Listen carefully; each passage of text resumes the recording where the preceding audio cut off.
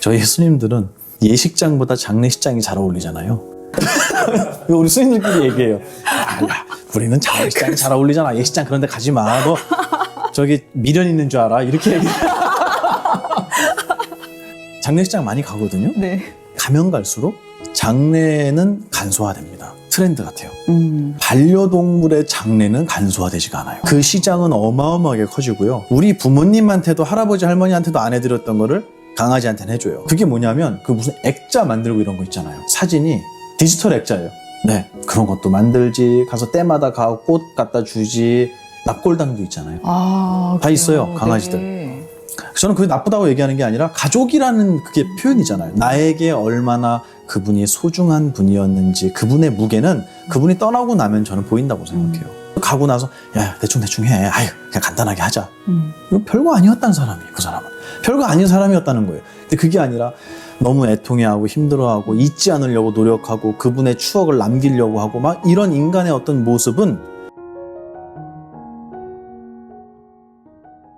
비교하는 마음은요, 그게 나쁘다, 좋다라는 가치를 판단하기 전에 왜 우리에게 비교하는 마음이 생길까를 먼저 말씀드리고 싶어요. 불교의 접근 방식은 항상 그래요. 부처님 마음이 힘들어요. 너 마음은 재료가 뭔지 아냐? 너 마음은 어떻게 생겨났어? 이걸 물어보세요. 아, 그게 아니고 나 마음이 힘들다고요. 그러니까 그 마음이 어떻게 생겨났냐고.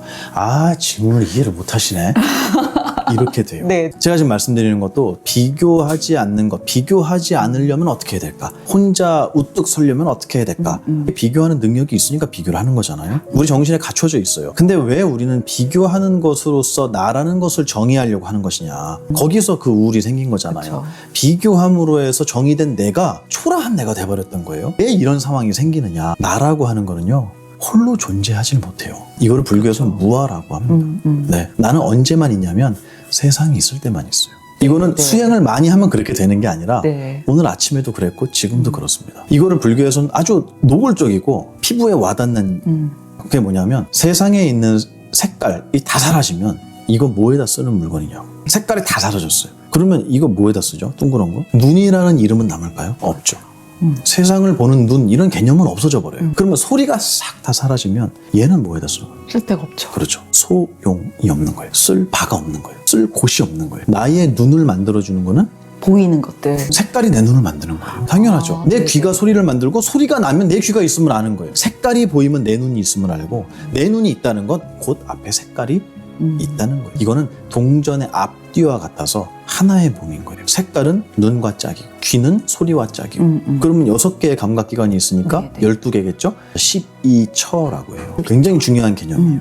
다시 얘기해서 이거는 짝으로밖에 있을 수가 없고 그 중에 하나가 사라지면 반대편도 사라진다는 얘기예요. 이거를 조금 더 확장하면 나라고 하는 마음도 마찬가지입니다. 세상이 보이지 않으면 나라는 건 없어요. 아침에 눈을 뜨자마자 나라는 개념이 탁 같이 일어나죠. 그럼 그때는 이미 모두 있다는 거. 보이는 게 있고 들리는 게 있는 거예요. 세상과 나는 떨어져 있느냐라는 질문이 나오는 거예요. 보기 싫은 거, 보고 싶은 거, 수많은 분별이 저 앞에는 있지만 구조상을 봤을 때 구조상으로는 저것이 없으면 이것이 없다. 많이 들어보셨죠? 네. 이것이 있으므로 저것이 있고 저것이 있으므로 이것이 있다. 정확한 얘기예요. 세상을 바라보는 나는 세상이 있기 때문에 존재하는 거예요. 이거를 불교에서 상즉법이라고 해요. 네, 서로가 네네. 마주하고 있다, 붙어 있다. 상즉법은 원래 내가 존재하면 말할 필요가 없어요. 그냥 내가 원래부터 존재하는 거라면. 그거를 인도에서는 아트만이라고 했거든요. 영원 불변하는 자아. 근데 부처님은 자아를 부정하셨어요. 우리가 얘기하는 나라고 하는 것은 세상에 의해서 조건될 때만 일어나는 것이다. 조건 지어졌을 때만 일어난다. 박수 소리는 지금 있나요, 없나요? 온 우주에? 없죠. 없죠. 네. 없습니다. 하지만 이렇게 딱 하는 이 조건이 주어졌을 때 일어나는 거네요. 인연이 되었을 때만 네. 일어난다. 요거를 불교용어로 연기법이라고 해요. 네. 나는 절에 안 다닌다고 해당 안 된다고 생각하시면 안 돼요. 강아지도 연기법이잖아요. 그렇죠. 개껌을 봐야 침이 나오는 거예요. 네. 무서운 사람을 봐야 물려는 생각을 일으키는 거예요. 만났을 때만. 네. 똑같이 자아라고 나라고 하는 개념도 세상과 만났을 때만 일어난다. 그래서 미운 사람을 만나면 어떤 내가 일어나죠? 미운 내가 일어나. 불쾌하고 네. 미워하는 내가 일어나는 네. 거예요. 그리고 슬픈 영화를 만났을 때는 슬픈 내가 일어나는 거예요. 그리고 이렇게 우리 인터뷰하면서 지기님 만나면 반가운 내가 또 일어나는 거예요. 네, 네. 이 나를 진짜 나라고 할 수 있겠느냐고 물어보세요. 이건 내가 될 수 없다. 수많은 찰나에 생겨났다가 사라지는 수많은 나 중에 그냥 하나일 뿐이에요. 내가 아닌 건 아니에요. 하지만 수많은 나 중에 하나일 뿐이에요. 그건 진짜 내가 될 수 없기 때문에 그 많은 것들 하나하나를 다 자기로 삼고 살면 너무 피곤한 거예요. 그러면 아침에 일어나는데 너무 우울해요. 우울함은 나일까요? 그럼 나타난 건 어떻게 될까요? 생멸법이라고 해요. 법칙이에요. 생멸법, 연기법, 상즉법, 무아. 이게 정말로 종교의 개념에 들어가 있어야 하는 말들인지 저는 모르겠어요. 네. 저는 정말 이게 자연과학 같아요. 속에서 일어나는 반응이다. 맞습니다. 우리의 인식 바깥에 세상이 있느냐를 우리는 증명할 수가 없잖아요. 그것도 다 그렇죠. 그렇죠. 과학에서 증명하고 있는 내용들이잖아요. 이거 2600년 전에 하신 말씀이거든요. 대단한 거죠. 그러니까 진리를 깨달은 붓다라고 얘기를 하는 게 착하게 살아라, 행복하게 살자 이 정도의 말씀을 하시려고 45년을 맨발로 돌아다니셨을까? 많이 힘들지? 내가 축원해 줄게. 그럼 좋은 일 생길 거야. 이 얘기를 하려고 왕자가 출가해서 맨발로 45년을 걸어 다니셨을까? 그렇지는 않을 거라고 생각해요. 정말 인류에게 남기려고 했던 무언가 보석 같은 가치, 그게 불교에 전 분명히 있다고 생각해요. 비교. 이제 답이 나왔을 것 같아요. 네, 네. 왜 우리는 비교하려고 하는 마음을 일으키느냐? 비교하지 않으면 나는 없어요. 비교했을 때만 내가 생겨. 비교하지 말라고 한다 그래서 비교가 안 되는 게 아니라니까요. 비교할 수밖에 없어요. 비교를 할 수밖에 없다면 나는 맨날 이렇게 우울해야 되느냐, 맨날 이렇게 비참해야 되느냐. 여기서 아까 제가 말씀드린 걸 기억하셔야 돼요. 네. 지금 느껴지는 이거는 내가 아니다. 어제 느껴진 나도 내가 아니고, 지금도 내가 아니고, 다음 순간의 나도 내가 아니면 나는 정말 자유로운 존재 아닌가요? 이게 허망함으로 느껴지지 않았어요. 제가 이 법문을 처음으로 들을 때 네. 저는 어떤 느낌이었냐면 허락받은 기분이었어요. 아. 어떤 너를 만들어도 좋아. 다 만들어. 네, 네. 하지만 네. 그 모두가 네. 너는 아니야. 왜냐면 남지 않으니까. 그리자마자 없어지는 거야. 네, 네. 아무거나 다 해. 너 하고 싶은 거 다 해. 정말요? 해도 돼요? 그런데 딱 하나가 남아. 그게 뭐냐면 인과. 너가 한 행동에 대한 결과는 기다리고 있을 거야. 너가 한 행동은 찰나에 사라지지만 그것의 결과는 기다리고 있을 거야. 그것만 생각하고 너 맘대로 해. 이렇게 말씀해 주셨어요. 네. 그때 저는 허락받은 기분. 옛날에 어른들 말씀하면 무조건 들어야 되는 사람이라고 네, 네. 저를 괴롭혔잖아요. 네. 그게 아니라 말 안 들어도 되네. 때로는 뻔뻔스럽게 말 안 들어도 되고, 때로는 열심히 그분의 마음을 헤아려서 시키지 않은 것도 해도 되고, 나는 뭐든지 할 수 있고 뭐든지 될 수 있는 사람이네. 이 기분을 느꼈어요. 비교하지 않는 나만의 오롯한 자존감을 지켜야 된다. 그런 건 없더라고요. 해보니까. 아무리 이걸 지켜도 네. 누군가 앞에 서면 상대적인 내가 생겨나요. 네. 법칙이니까. 이걸 버리지 말자는 거죠. 어떻게 그럼 남들 안 만나고 살 거냐는 거예요. 그쵸. 안 만나면은 저기 날아다니는 새 보면서도 부러워. 쟤는 좋겠다. 날개가 있어서 가고 싶은데 갈 수 있어 좋겠다. 그럼 나는 비참해지는 거잖아요. 그쵸. 근데 안 그래요. 새 막 찐득이 되게 많아요. 그래서 새가 되겠다는 얘기를 들으면 등을 못 긁을 텐데 평생 괜찮을까 이 생각 되게 많이 했어요. 아기 때. 그러니까 그러네요. 비교해서 오는 행복은 진짜 행복도 아니고 또 마찬가지로 비교해서 오는 상대적인 박탈감은 진짜 그거는 내가 될 수 없다. 그렇게 생각합니다. 그래서 용기 내셨으면 좋겠어요. 그 어떤 거로도 나는 정의할 수 없잖아요. 왜냐면 비교할 때 일어나는 거니까 내가 될 수 없으니 나는 어떤 걸로 정의할 수 없고 원래 그런 거야. 부자 보면은 야 나는 가난하구나 느끼고 나보다 가난한 자 보면 아 나는 저 사람보단 부자구나 이렇게 느끼고 원래 그런 거잖아요. 그 모든 게 내가 아니라는 사실을 알고 있는 게 가장 핵심이다.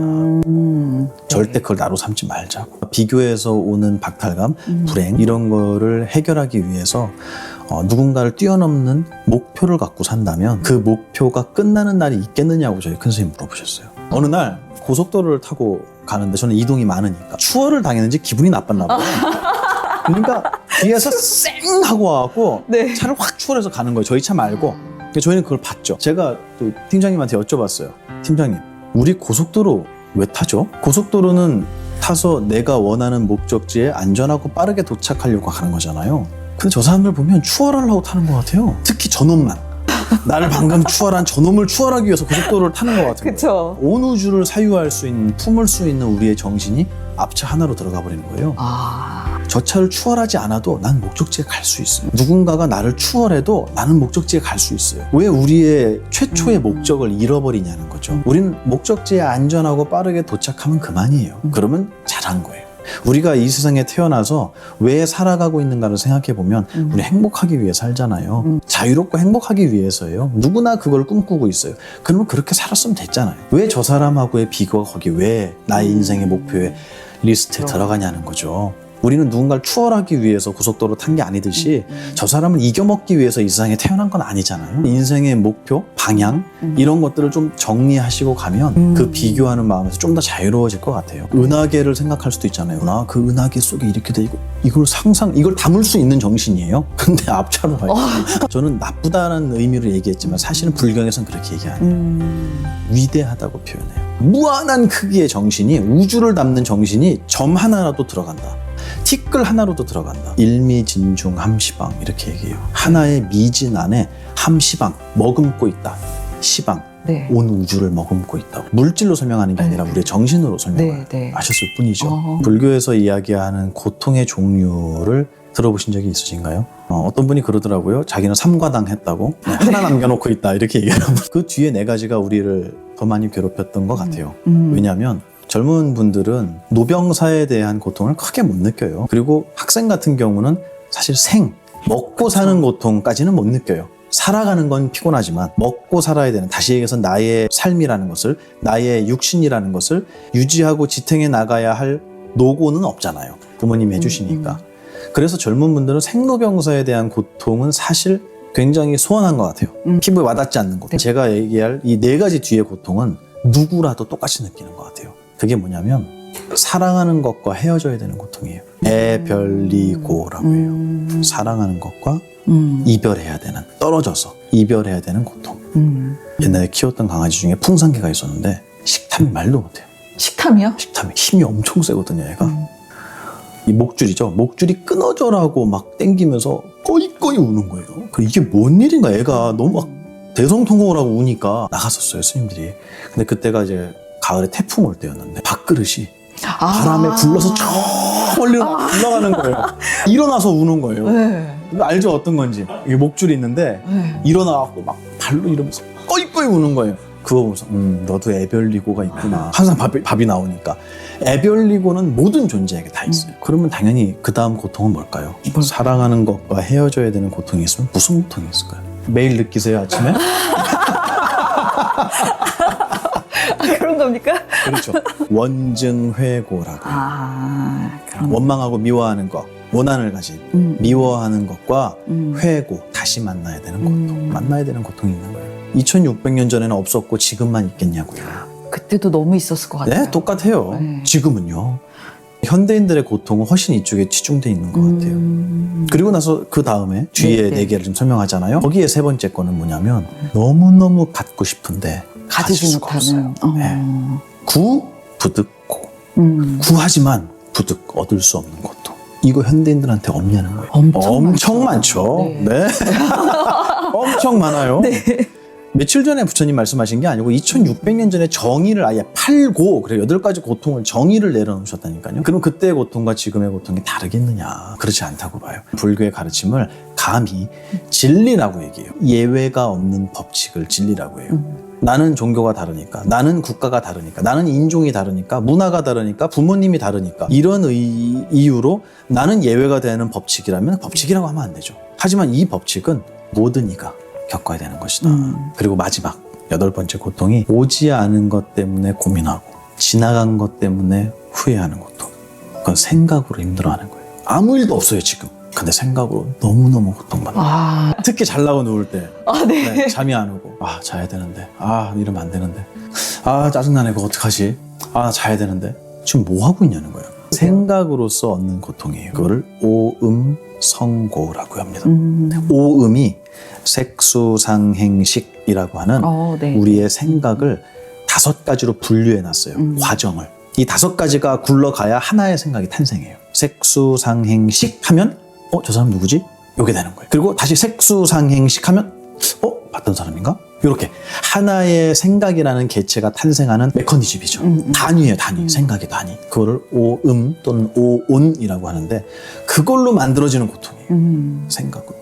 이 8가지 고통은 옛날이나 지금이나 똑같이 있다. 이거는 제가 먼저 말씀드리고 싶어요. 그렇네요. 종류가 많아진 건 아니에요. 심해진 것 같긴 해요. 고통의 양이 더 늘어난 것 같긴 해요. 종류는 똑같지만 8가지로 양은 훨씬 더 많아지고 내용도 복잡해진 것 같긴 합니다. 그게 예전에는 우리나라에 대가족 문화가 있었잖아요. 그쵸. 그리고 거기에서는 어른이라는 개념이 있었는데 요즘은 사라진 지 오래됐고요. 핵가족이라는 것도 90년대에 나오던 말이고요. 지금 1인. 1인 가족. 네. 1인 가구죠. 가족이 아니고. 내 가족 혈연보다 반려동물을 더 귀하게 생각하고요. 그리고 저는 그걸 어디서 봤냐면 저희 스님들은 예식장보다 장례식장이 잘 어울리잖아요. 우리 스님들끼리 얘기해요. 야, 우리는 장례식장이 잘 어울리잖아. 예식장 그런 데 가지 마. 너 저기 미련 있는 줄 알아. 이렇게 얘기해요. 장례식장 많이 가거든요. 네. 가면 갈수록 장례는 간소화됩니다. 트렌드 같아요. 반려동물의 장례는 간소화되지가 않아요. 그 시장은 어마어마하게 커지고요. 우리 부모님한테도 할아버지 할머니한테도 안 해드렸던 거를 강아지한테는 해줘요. 그게 뭐냐면 그 무슨 액자 만들고 이런 거 있잖아요. 사진이 디지털 액자예요. 네, 그런 것도 만들지. 가서 때마다 가고 꽃 갖다 주지. 납골당도 있잖아요. 다 그래요? 있어요, 강아지들. 네. 저는 그게 나쁘다고 얘기하는 게 아니라 가족이라는 그게 표현이잖아요. 나에게 얼마나 그분이 소중한 분이었는지 그분의 무게는 그분이 떠나고 나면 저는 보인다고 생각해요. 가고 나서 야 대충 해. 아유 그냥 간단하게 하자. 이거 별거 아니었다는 사람이에요. 그 사람은.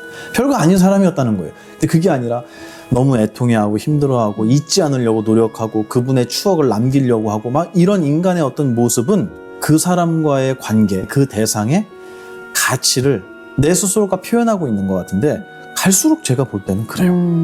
인간에 대한 우리가 인연을 맺고 사는 인간이라는 존재에 대한 가치, 무게가 갈수록 희박해지는 것 같아요. 그리고 반려동물은 늘어나고 외로움에 인간관계에서는 외로움을 해소할 수가 없는 거예요. 왜냐하면 강아지들, 고양이들은 자기의 표현을 거의 하지 않거든요. 그리고 기다리고요. 고마워하고요. 항상 친구로서 대해요. 근데 인간은 그 사람이 친구가 되기 위해서는 이 유대관계를 만들기 위해서는 굉장한 노력이 들어가요. 근데 저는 강아지도 그만큼 들어간다고 보거든요. 근데 강아지한테는 행복하게 그 노력을 해요. 진지하지 않아요. 네. 근데 사람 관계는 네. 너무 힘들어요. 저는 거기서 오는 게 제일 큰 것 같습니다. 아. 종류는 8가지지만 네. 이 종류가 깊어지는 이유는 경제적인 부분도 있고 다 있겠죠. 월급이 작고 경제적으로 힘들다고 하더라도 나와 함께 매일 얼굴만 보면 웃을 수 있는 사람이 내 주변에 많다? 저는 그거 불행 아닌 것 같아요. 저는 그걸 군대에서 느꼈어요. 모두가 거지들이잖아요. 정말 가진 거 없고 그러니까 보급품 받아갖고 맨날 훈련이나 하고 땅에서 굴르기나 하고 기기나 하고 이런 훈련소 시절에 즐거움이 전 되게 많았던 이유는 행복한 감사한 사람들이 주변에 있었기 때문이다. 그래서 저는 이 인연이야말로 우리가 이 세상을 살아가는 최고의 가치 아니겠느냐라는 생각을 해요. 네. 그런 말씀 항상 드려요. 그래서 주변에 있는 분들을 조금 더 따뜻하게 항상 너 때문이야가 아니라 당신 덕분입니다 라고 얘기하고 고맙다고 얘기하고 사랑한다고 얘기하고 조금이나마 내가 실수하거나 불편한 게 있다면 미안하다고 사과할 줄 알고 이 모든 거는 좋은 인연을 만들어가기 위한 작업이잖아요. 저는 그게 현대인들의 외로움, 고통 굉장히 많이 해소해 줄 키라고 생각해요. 그래서 어떤 분들은 경제적으로 힘든데 그거 갖고 되겠습니까? 라고 충분히 가능할 것 같아요. 정말 행복한 내 주변에 인연이 많다면 내가 조금 경제적으로 힘들어도 충분히 이겨낼 수 있는 힘이 그쪽에서 얻어질 것 같아요. 다 같이 거지면 정말 좋겠지만 여기는 빈부의 격차가 있잖아요. 네. 그 외로움을 진심이 통하는 인연들, 사랑하는 인연들이 주변에 많다면 충분히 이겨낼 거라고 봐요. 그거를 불교에서는 도반이라고 합니다.